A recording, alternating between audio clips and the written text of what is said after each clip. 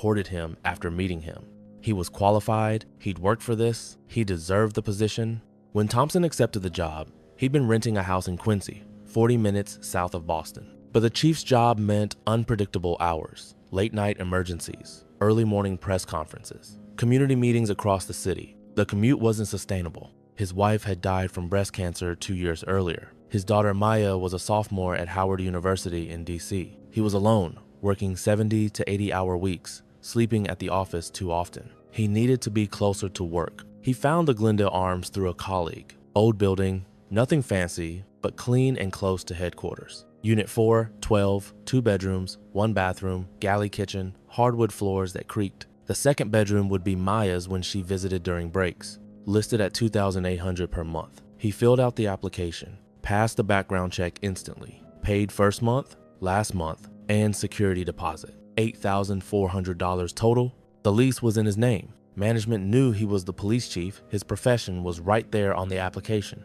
Everything was official, documented, legal. That Tuesday was move-in day. Thompson had hired 2 guys with a truck for the furniture bed, couch, desk, dining table, but the personal items he was handling himself, boxes of clothes, kitchen stuff, books, his wife's photo albums he couldn't throw away, Maya's childhood drawings he'd saved. He wore faded jeans and an old Boston Marathon sweatshirt from 2012. His badge was clipped to his belt out of habit. Even off duty, he kept it on him. His service weapon was locked in his car's glove box. He'd been hauling boxes for 90 minutes, sweating despite the cool evening, tired but focused on getting settled before tomorrow's budget meeting with the mayor. Just a man moving into his apartment.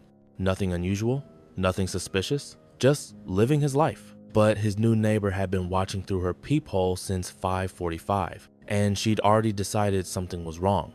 Do you think neighbors who racially profile residents should lose their leases? Drop your answer below. Jennifer Morrison lived in Unit 414, directly next to Thompson's new apartment.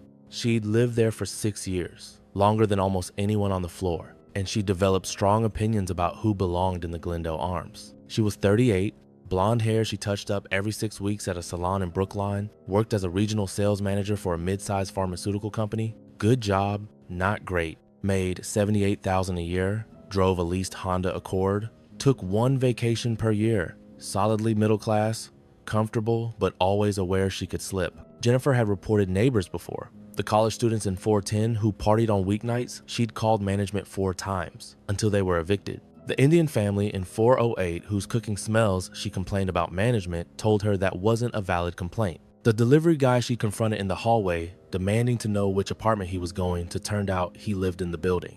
Management tolerated her complaints, but privately considered her a problem tenant. The property manager had notes in her file: overly vigilant, prone to reporting non-issues, handled diplomatically. That Tuesday, Jennifer had gotten home at 5:45, noticed the moving activity, and instead of going fully into her apartment, she'd stood at her door with the peephole open, watching. At 6:12 p.m., the hallway CCTV captured Thompson exiting the elevator. The footage is grainy but clear enough. Black man, early 40s, athletic build, sweatshirt and jeans, carrying a medium-sized cardboard box with Maya's room written on the side in marker. He walked down the hallway